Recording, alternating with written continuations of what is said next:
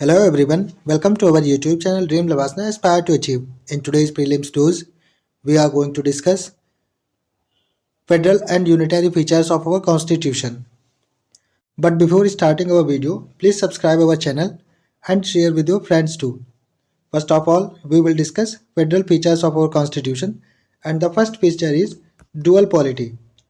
हमारे कॉन्स्टिट्यूशन ने union and state level पर अलग अलग गवर्नमेंट का प्रोविज़न किया हुआ है और दोनों को सॉवरेन पावर्स दी गई हैं जिससे कि वो लोग अपनी पर्टिकुलर फील्ड्स में इनको एक्सरसाइज करें। यूनियन गवर्नमेंट जो है वो डील करती है नेशनल इंपॉर्टेंस के मैटर्स को, for example defence, foreign affairs, currency, communication and so on.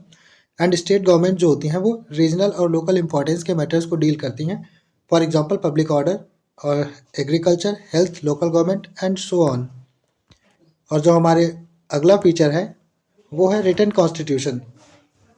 हमारा कॉन्स्टिट्यूशन एक रिटन डॉक्यूमेंट ही नहीं बल्कि पूरे वर्ल्ड का सबसे लेंथीएस्ट कॉन्स्टिट्यूशन भी है और इसमें ओरिजिनली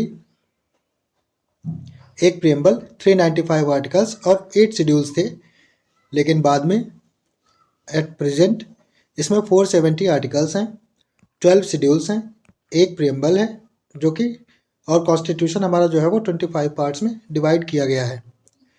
हमारा कॉन्स्टिट्यूशन जो है वो स्पेसिफाई करता है structure, organisation, powers and functions of both central and state governments, और हमारा कॉन्स्टिट्यूशन इन दोनों गवर्नमेंट्स के लिमिट्स को भी प्रिस्क्राइब करता है। इसका मेन एम यह है कि जो स्टेट और सेंटर की गवर्नमेंट्स हैं उनके बीच में मिसअंडरस्टैंडिंग्स और डिसएग्रीमेंट्स को अवॉइड किया जा सके। हमारे कॉन्स्टिट्यूशन का अगला जो फेडरल फीचर है वो है डिवीज़न ऑफ पावर्स।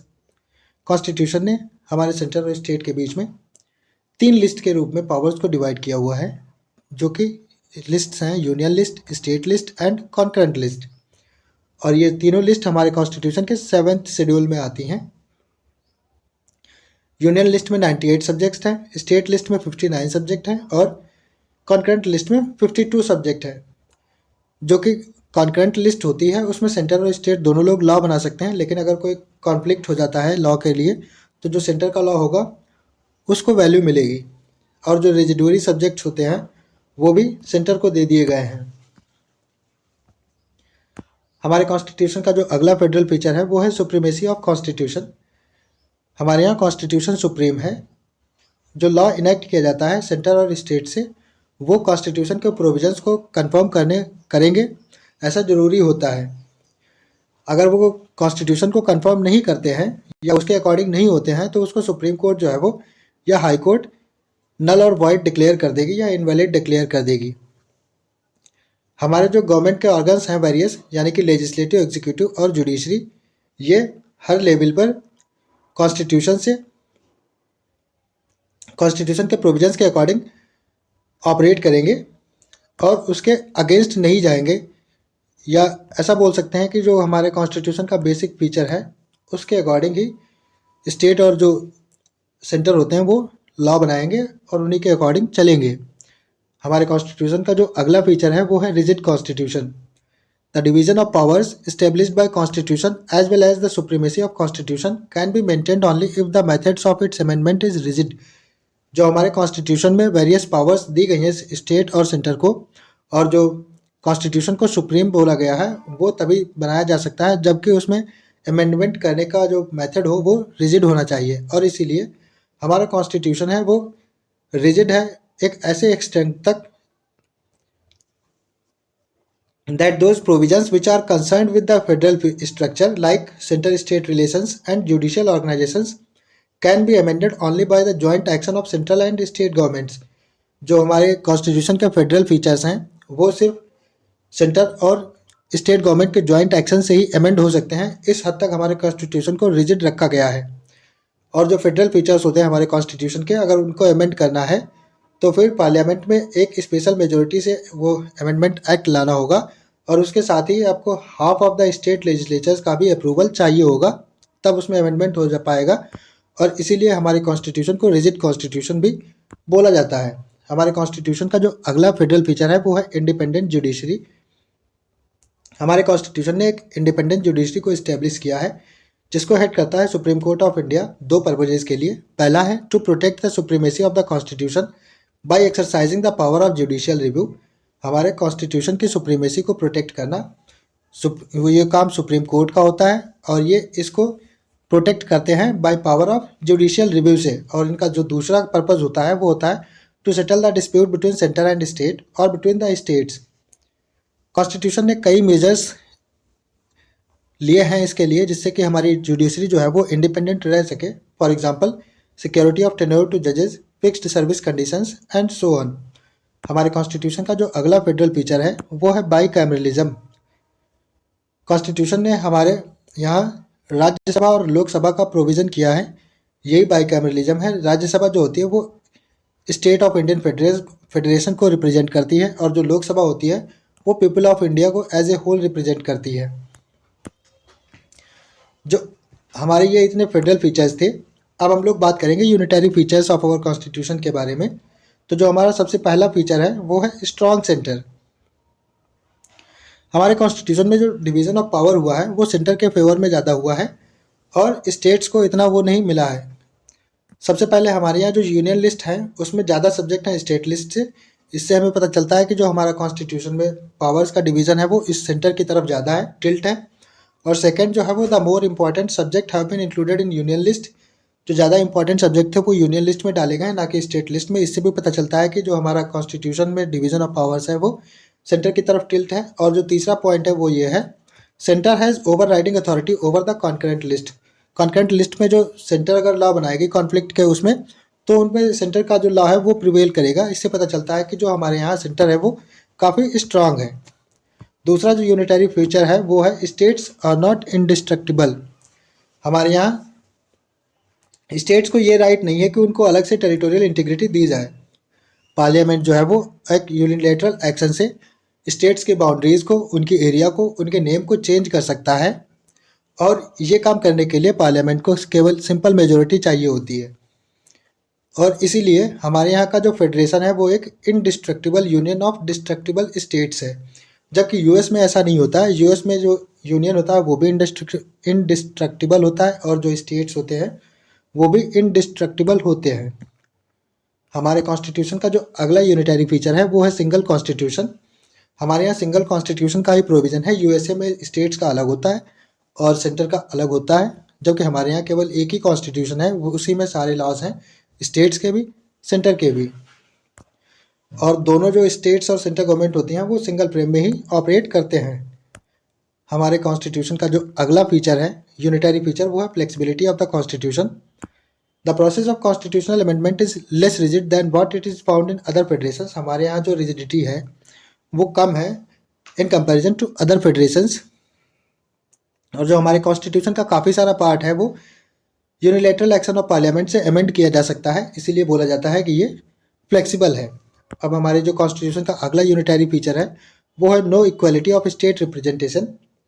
जो हमारे स्टेट्स होते हैं उनको पॉपुलेशन वाइज रिप्रेजेंटेशन मिलता है राज्यसभा में और इसीलिए जो इनकी मेंबरशिप होती है वो वेरी करती है फ्रॉम 1 to 31। जैसे यूपी जो है वो उसके सीट्स जो है राज्यसभा में वो काफ़ी ज़्यादा हैं और इन कंपैरिजन टू गोवा और अदर स्मॉलर स्टेट्स।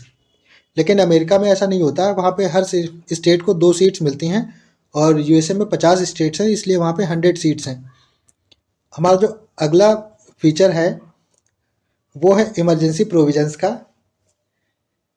और हमारे यहाँ 3 टाइप्स की इमरजेंसीज का प्रोविज़न किया गया, national emergency, state emergency and financial emergency. और एक पॉइंट और ध्यान रखना आप लोग, हमारे यहाँ पे फाइनेंशियल इमरजेंसी आज तक नहीं लगाई गई है। और जब इमरजेंसी का टाइम होता है उस टाइम में जो सेंट्रल गवर्नमेंट होती है वो पूरी पावरफुल बन जाती है। स्टेट्स जो है वो बैकग्राउंड में चले जाते हैं या बैक द सीन चले जाते हैं, उनका कोई कंट्रोल नहीं रहता है। पूरा जो पावर होती है वो इस सेंट्रल के पास चली जाती है। और इस टाइप का ट्रांसफॉर्मेशन जो है वो हमें कहीं और नहीं मिलता है, हमारे यहाँ ही होता है। हमारे जो कॉन्स्टिट्यूशन का अगला यूनिटरी फीचर है वो है सिंगल सिटीजनशिप। हमारे यहाँ डुअल पॉलिटी होने के बावजूद भी केवल एक ही सिटीजनशिप है, यानी कि citizenship of India, not of the states. जो हमारे सारे सिटीजन्स हैं इरेस्पेक्टिव ऑफ द स्टेट, इससे कोई मतलब नहीं है वो किस स्टेट में है, अगर वो इंडिया में पैदा होते हैं तो उनको सारे राइट्स मिलेंगे जो किसी दूसरे स्टेट के पर्सन को मिलते हैं। हमारे कॉन्स्टिट्यूशन का जो अगला इंटीग्रेटेड फीचर है या यूनिटरी फीचर जो है वो है integrated judiciary, sorry unitary features की बात कर रहे हैं, और उसका जो अगला फीचर है वो है इंटीग्रेटेड जुडिशरी। हमारे यहाँ सिंगल सिस्टम ऑफ जुडिशरी है। सबसे पहले सुप्रीम कोर्ट आता है, उसके बाद में हाई कोर्ट, उसके बाद में डिस्ट्रिक्ट कोर्ट्स, ऐसे चलता है, और ये तीनों एक ही सिंगल फ्रेम में काम करते हैं। ये जो इनका सिंगल सिस्टम ऑफ कोर्ट है, यही सारे लॉज को इन्फोर्स करता है, चाहे वो सेंट्रल के हों या स्टेट के हों, उससे कोई फ़र्क नहीं पड़ता है। हमारे कॉन्स्टिट्यूशन का जो अगला फीचर है यूनिटरी वाला, वो है ऑल इंडिया सर्विसेज। हमारे यहाँ सेंटर और स्टेट की अलग अलग सर्विसेज भी हैं, लेकिन इसके साथ में ही ऑल इंडिया सर्विसेज भी हैं, जैसे कि IAS, IPS एंड IFS। ये कॉमन होती हैं सेंटर और स्टेट को। इनके जो मेंबर होते हैं, इनको रिक्रूट और ट्रेन करते हैं सेंटर, और इनको ऊपर जो अल्टीमेट कंट्रोल होता है वो भी इस सेंटर के पास ही होता है। और इसीलिए ये जो प्रोविजंस हैं, ये सर्विसेज हैं, ये हमारे यहाँ के फेडरलिज्म के प्रिंसिपल को वायलेट करते हैं, कॉन्स्टिट्यूशन को, और ये यूनिटरी फीचर है हमारे कॉन्स्टिट्यूशन का। अगला जो इसका यूनिटरी फीचर है वो है इंटीग्रेटेड ऑडिट मशीनरी। जो कैग होता है वो हमारे यहाँ के सेंटर के साथ साथ स्टेट्स के अकाउंट को भी ऑडिट करता है। बाकी और किसी फेडरलिज्म में ऐसा नहीं होता है। यहाँ तक कि इसका जो अपॉइंटमेंट और रिमूवल होता है वो भी प्रेसिडेंट ही करता है, और स्टेट से कंसल्ट भी नहीं किया जाता है। इसीलिए ये हमारे कॉन्स्टिट्यूशन का यूनिटरी फीचर है। जो अगला यूनिटरी फीचर है वो है parliaments authority over state list. जो स्टेट लिस्ट होती हैं उन पे पार्लियामेंट ही का ही ज़्यादा वो पावर चलती है। जो पार्लियामेंट होता है वो it is empowered to legislate on any subject of the state list if Rajya Sabha passes a resolution to that effect in the national interest. अगर नेशनल इंटरेस्ट को देखते हुए राज्यसभा कोई ऐसा रिजोल्यूशन पास कर दे जिससे कि स्टेट लिस्ट में जो भी प्रोविजंस हैं वो चेंज करने हो, तो पार्लियामेंट के पास ये पावर होती है कि वो चेंज कर दे। स्टेट का उन पर कोई कंट्रोल नहीं होता है। जो हमारा अगला यूनिटरी फीचर है वो है अपॉइंटमेंट ऑफ गवर्नर। हमारे यहाँ पे कनाडा का सिस्टम फॉलो किया गया है। इसके लिए the governor is head of the state, और उसको अपॉइंट करता है प्रेसिडेंट, और ये अपना ऑफिस भी होल्ड करते हैं तब तक जब तक कि प्रेसिडेंट का प्लेजर होता है, और ये सेंटर के एजेंट की तरह एक्ट करते हैं। सेंटर जो होता है वो अपनी एक्सरसाइजेज को कंट्रोल करता है स्टेट पर इनके थ्रू। जो हमारे कॉन्स्टिट्यूशन का अगला फीचर है यूनिटरी फीचर, वो है इंटीग्रेटेड इलेक्शन मशीनरी। हमारे यहाँ जो इलेक्शन कमीशन है वो सेंटर के साथ साथ स्टेट लेजिस्लेचर्स के इलेक्शन भी कंडक्ट करवाता है, और इस बॉडी पे स्टेट का कोई भी कंट्रोल नहीं होता है। इनका जो कंपोजिशन या इनको जो इलेक्शन कमीशन को कॉन्स्टिट्यूट करता है वो भी प्रेसिडेंट ही करता है, और इनका अपॉइंटमेंट वगैरह भी प्रेसिडेंट ही देखता है। स्टेट का कोई रोल नहीं होता है, इसीलिए ये भी एक हमारा यूनिटरी फीचर है। अगला जो यूनिटरी फीचर है हमारे कॉन्स्टिट्यूशन का वो है veto over state bills. The governor is empowered to reserve certain types of bills passed by the state legislature for the consideration of the president. हमारे जो गवर्नर होते हैं उनके पास इस टाइप के पावर होती है कि वो अगर कोई स्टेट लेजिस्लेचर बिल पास करता है तो वो उसको अपने पास रिजर्व कर लेते हैं प्रेसिडेंट के कंसिडरेशन के लिए। और जो प्रेसिडेंट होते हैं वो अपने एसेंट को विदहोल्ड भी कर सकते हैं, या तो अपने पास उनको बिल को रख भी सकते हैं, और चाहे तो वो उनको वापस भेज भी सकते हैं। इस तरीके से हमारे जो प्रेसिडेंट होते हैं उनके पास एब्सोल्यूट वीटो की पावर एंजॉय करते हैं ओवर स्टेट बिल्स। हालांकि हमारे प्रेसिडेंट के पास सस्पेंसिव वीटो नहीं होता है। तो हमने डिस्कस किए यूनिटरी और federal features of our constitution.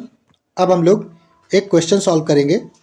अब ये क्वेश्चन सॉल्व करते हैं। अगर आप लोगों ने वीडियो ध्यान से सुना है तो आप लोग इसका आंसर बिल्कुल सही देंगे। क्वेश्चन है, which of the following is not a federal feature of our constitution? Option A written constitution, option B supremacy of constitution, option C rigidity of constitution, and option D flexibility of constitution. आप लोग इसका answer comment section में दीजिएगा। जिसका answer सही होगा मैं उसे लाइक कर दूंगा। Thanks for watching our video and don't forget to subscribe our channel. Keep studying, stay blessed, have a good day ahead.